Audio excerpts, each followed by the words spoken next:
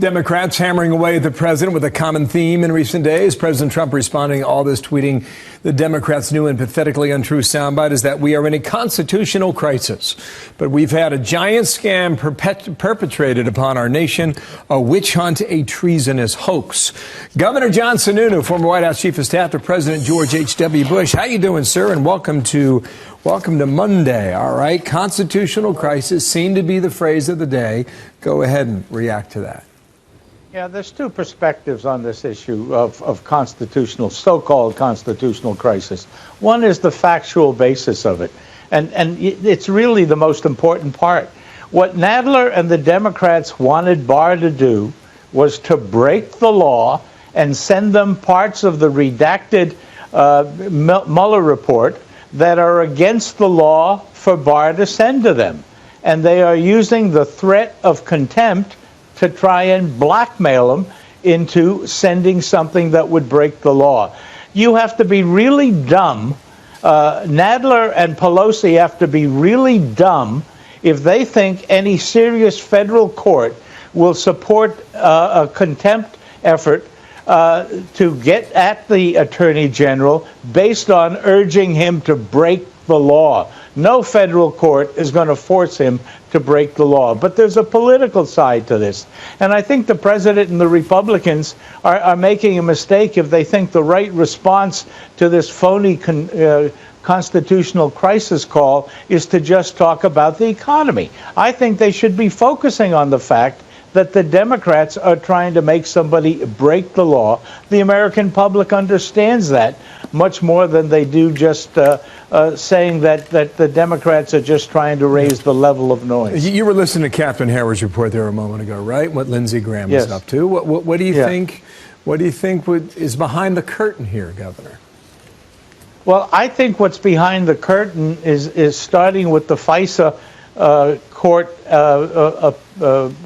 documentation that was sent there, is that the FBI really was politically motivated, and there are people there guilty of violations of the guidelines to the FISA court, and there are some folks that say that that's actually breaking the law and is a serious breaking of the law. So I think there are people that are in real trouble, and I think Graham and Grassley and others in the Republican side are going to pursue this very, very intensely. Yeah. Do you think when Bill Barr took this job that he thought he could become the target, as he has? Oh, I think Bill Barr has been around Washington long enough to know that he better take advantage of his thick skin in this job. Bill Barr is smart. Bill Barr's been around a long time. He's got the Democrats scared to death. That's why they're doing this to him. They're trying to undermine him early before he starts pursuing all the things that he agreed to pursue during his confirmation hearings. That's very interesting. Did you see the piece in the New York Times on Friday before the weekend? I never read the New York Times. Well, essentially what it said was the White House strategy is to force Democrats to go ahead and pursue the impeachment issue. It kind of goes back to the point you were making a moment ago. The headline is "Dare to Impeach." Now, if you're in the political side of President Trump's thinking here for the next year and a half, would that be a smart strategy to pursue, knowing it's not going to go anywhere in the Senate, given the current composition of Congress? I think Nancy Pelosi knows it's not going to go anywhere. I think she knows it's not a smart political effort, but contrary to a lot of Republicans, I also don't think it's smart for Republicans to continue to taunt it. I think there are important issues for Republicans to use their rhetoric time in the media to focus on. One is certainly the economy, but I think the whole agenda that they've tried to lay out of trying to address constructively the health care issue, trying to deal with infrastructure, and I think the president's aggressive moves with China in trying to fix a multi-decade problem that we have. I would just add to that, the strategy comes a little fuller when you consider that the contempt vote for Bill Barr is not even on the schedule.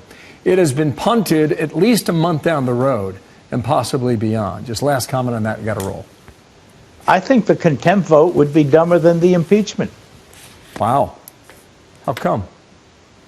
because they're trying to put him in under contempt charges for not breaking the law. And when you start looking at the detail of that, with the visibility that a effort in Congress to get a contempt vote would be, the public would see that all the Democrats are trying to do is make Barr break the law. And nobody in the American public supports having Congress blackmail somebody into breaking the law. Really interesting stuff. Thank you, Governor. Have a great day, okay? John Sununu, Mondays with the Governor. Thank you, sir.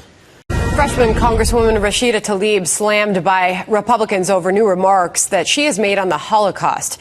Comments some GOP lawmakers are calling anti-Semitic.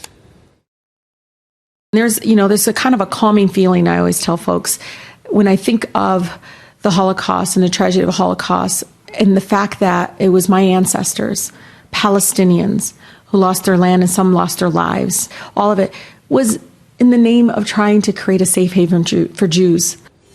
Joining us now, House Armed Services Committee member, Florida Congressman Mike Waltz. Congressman, good morning to you. If I could just first ask you to respond to those comments. Well, look, I think if you look at the entire context of the interview, what she was trying very badly to say that she loved or was calming wasn't necessarily the Holocaust. It was that her ancestors provided the land for the safe haven for the Jews post-Holocaust. However, where I really have strong disagreement is she seemed to create some moral equivalency between the Holocaust and the fighting that then went on between the Palestinians and the Jews. And I think that's just completely unacceptable, and I think she should apologize for it.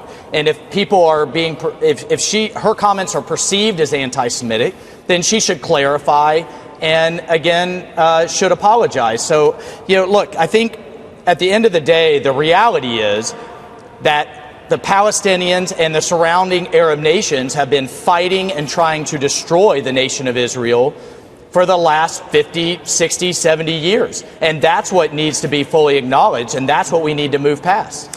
Former Congressman Jason Chaffetz joined us earlier on America's Newsroom, and he said Democratic leadership needs to respond. Here's Jason Chaffetz. Go to the floor of the House right now and clarify, but she won't, and she hasn't. So the good people of Michigan, they can send whoever they want to Congress, but once she gets there, Nancy Pelosi and Steny Hoyer, they have a duty and obligation to get to make decisions about who serves on committees, and that's where there's a difference. So why not just go to the floor of the House and clarify your comments if you're Rashida Tlaib? Yeah, so because there's a broader agenda here. And this is what I really want to get at. If you look at the totality of the interview, what she was supporting was a one-state solution, what they're calling a one-state solution for the Middle East and for Israel. And basically, what that is doing is backing into a demographic dilution and eventually destruction of the state of Israel, because what they're advocating for is taking all of the Palestinians, which now in totality outnumber the Jews from West Bank, from Gaza, the refugee flows and the surrounding areas, so that essentially they outnumber the Jews in Israel, and then eventually can erode and eventually destroy the state. There's the other piece here, which is the BDS movement, the boycott, divestiture, and sanction movement that Tlaib and others are pushing. That's not a social justice movement. You're not seeing, for example, them push against China and the occupation of Tibet or the imprisonment of Muslims and the Uyghurs. This is a laser focus on Israel and going after Israel. And that's what we have to push back on. And I'm shocked that the Democratic leadership isn't pushing back harder and more publicly on all of this. We'll see if they do. We gave the DNC a chance to respond earlier. Here's Sochi Hinojosa. She was on America's Newsroom. Took a vote when it comes to anti-Semitism, and Democrats voted overwhelmingly to speak out against it. Democrats have been clear about speaking out against anti-Semitism. Does Nancy Pelosi need to respond? We'll see what she does. This is her caucus, and I think that she understands that there are a lot of distractions out there, and she's not going to fall for every distraction. But has she been very clear about where she stands against anti-Semitism? Absolutely. You, Steve Scalise, I saw recently Mark Green and others are calling on Nancy Pelosi to take ownership of this and respond. Well, I absolutely call on her to do it as well. I mean, we are not seeing this across the caucus.